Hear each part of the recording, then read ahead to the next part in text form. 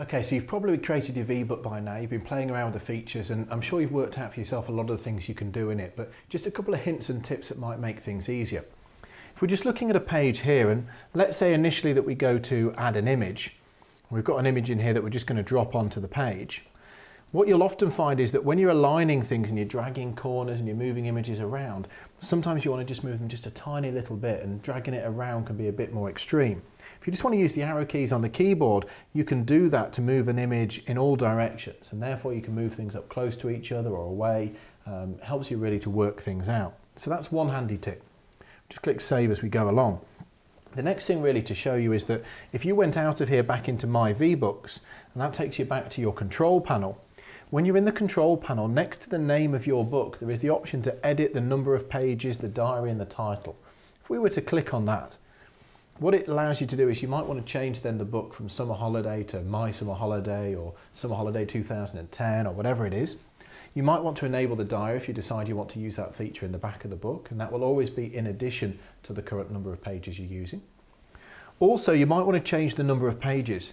Now, when you share a book with someone, if you have an 8-page book and you've only used 6 pages of it, the software will automatically take off the blank pages for you so that you've got the amount of pages you've created on.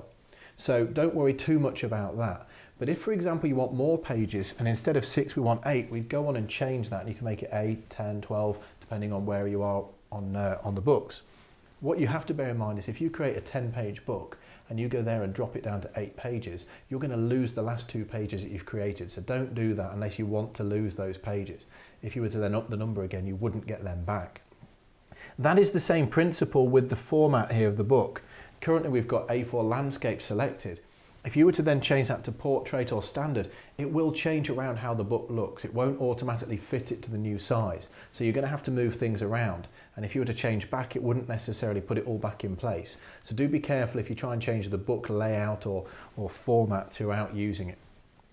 Again, you just save settings when you've made any changes and that takes you back. I suppose the last thing to tell you really is that a lot of the shadows, a lot of the 3D effects, the clip art, the frames, all of those really personalise the book, as well as soundtracks and dynamic content in there. So, you know, please feel free to play around with everything that's in there. You can never have too many pictures and too much graphic on screen, but you can continually tweak that as time goes on to make sure that it's exactly what you want. And lots of features in there to make sure that it keeps you busy. myvbook.com, the next generation of sharing. Save a tree, send a V.